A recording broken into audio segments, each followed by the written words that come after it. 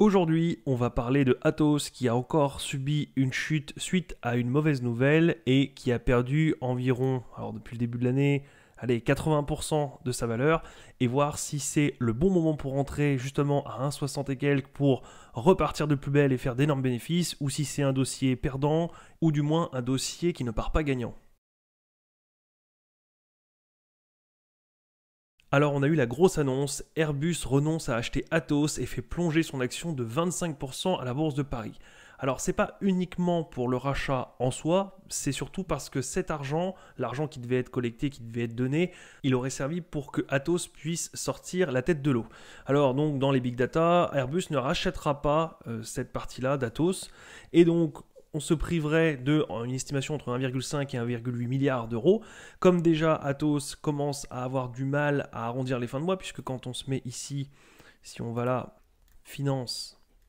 et qu'on se met dans les déclarations en annuel, on voit que depuis un moment, alors 800 millions, 84 et 147, donc là on voit bien que ça fait 2 années déjà que c'est extrêmement difficile. On voit que les autres années, oui, on a eu 2 belles années ici à un peu moins d'1 milliard, mais ici 400 et ici c'est un peu moins de 700. Donc là, se priver d'1,5 milliard, c'est un peu problématique, mais surtout que derrière, pourquoi ? Parce qu'en fait, en réalité, on a une énorme dette qui doit être payée d'ici 2025. Là, on a 3,6 milliards d'euros d'emprunts et d'obligations à rembourser ou à refinancer d'ici fin 2025. Et donc, le problème est que quand on se prive d'1,5 milliard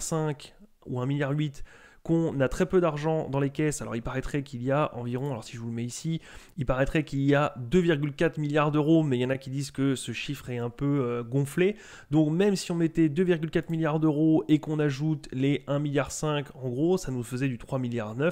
on arrivait pile poil au remboursement. Le souci est que si on n'a plus ça, et si effectivement les 2 milliards sont un peu gonflés et qu'on a un petit peu moins, on a un mur de dette qui arrive d'ici très peu, puisque 2025 c'est demain pour une société, puisque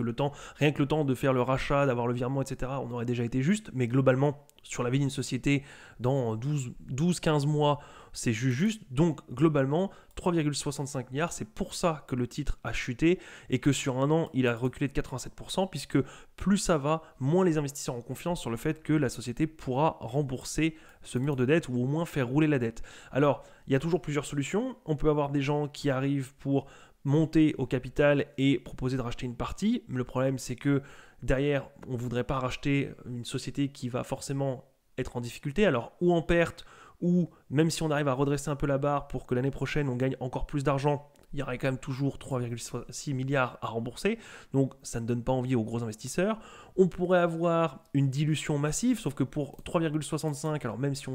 admettons qu'on a 1 ou 2 milliards de liquidités, il resterait quand même 1,6 milliard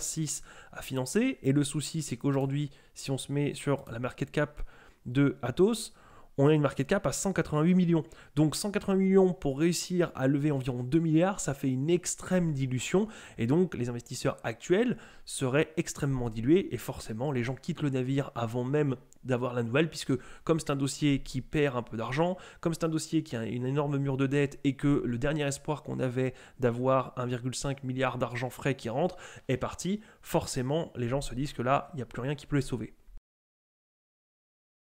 Alors il y aurait une dernière solution, ce serait que l'État rachète éventuellement les parts d'Atos ou en le nationalise ou d'une manière comme ça un petit peu complexe pour réussir à garder la main dessus, puisque Atos a certaines branches qui sont quand même assez importantes pour l'État français, sauf que c'est toujours pareil, ça serait une nationalisation et ça serait encore une fois un échec, ce qui fait qu'on aurait des investisseurs qui dans tous les cas ne s'en sortiront pas gagnants et qui pourraient essayer de faire survivre la société et peut-être éventuellement, comme si l'État est derrière et se porte garant, l'idée serait de ne pas rembourser la dette mais de la faire rouler, puisque le but de faire rouler une dette, c'est absolument pas de forcément rembourser le capital, c'est de se dire, bah voilà, on réemprunte pour de nombreuses années et en fait on va rembourser les intérêts plus une petite partie en gros de la dette, mais globalement vous pouvez avoir 20 milliards de dettes, si vous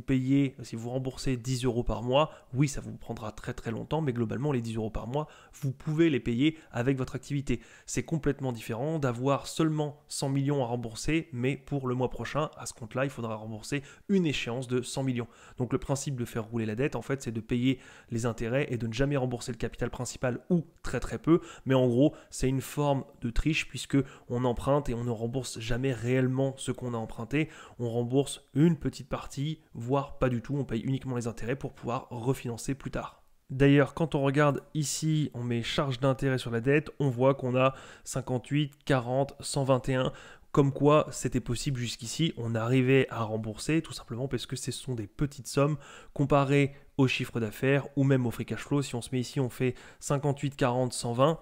et on a ici, donc on avait 58, 40, 120, c'est complètement jouable. Non, 58, 40 et 120, on voit bien que c'est jouable. Alors le 120 est un peu juste, mais globalement ça passait. Il restait encore 147 millions, puisque le free cash flow c'est bien après. Mais on voit bien que sur les ordres de grandeur, c'était complètement possible. Donc il faudrait pouvoir faire rouler la dette, il faudrait du coup qu'il y ait derrière, parce que les banques ou les institutions qui sont derrière vont vouloir récupérer leur argent, sauf si jamais il y a un acteur majeur, et par exemple ça pourrait être l'État. Donc on est devant une dette colossale, un mur de dette, on n'a pas la trésorerie, ou en tout cas suspecté de ne pas avoir une pleine trésorerie à 2,4 milliards, mais peut-être un peu moins, voire beaucoup moins. Dans tous les cas, ça ne suffira pas à rembourser pour 2025, donc il faudrait extrêmement diluer les actionnaires actuels et ou faire un rachat par l'État. Et donc, comme on le sait, à chaque fois, ça se passe mal, puisque le but à ce moment-là est de sauver la société elle-même et de l'internaliser dans l'État français, mais absolument pas sur le coup, ce n'est absolument pas la priorité de donner un retour de capital aux investisseurs et de les rembourser. En général, c'est l'actionnaire qui trinque, et donc c'est pour ça qu'on a une fuite massive et que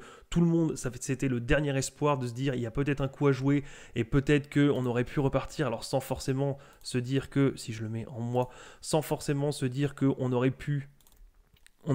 repartir vers les 74 euros, mais on aurait pu se dire que ça y est, ça reprenait du poil de la bête et on aurait pu espérer un 18-10 euros et peut-être dans 10, 15, 20 ans repartir de plus belle. Mais là, globalement, c'est juste le dernier espoir qui s'envole et ça descend de plus belle. Oui, vous pouvez toujours jouer un coup de trading puisqu'il suffit que derrière on monte de quelques centimes pour finalement retrouver, faire un plus 10, 20, 30%, puisqu'il arrive des fois que comme ici on est une descente et puis on remonte, donc il est possible de jouer, mais pour moi, sur le long terme, c'est un dossier qu'il ne faut absolument pas aborder. C'est juste extrêmement mal parti et à moins d'un miracle, normalement, Atos, ça se passera très mal pour les actionnaires. Voilà, c'est tout pour aujourd'hui et moi je vous dis à la prochaine. Salut!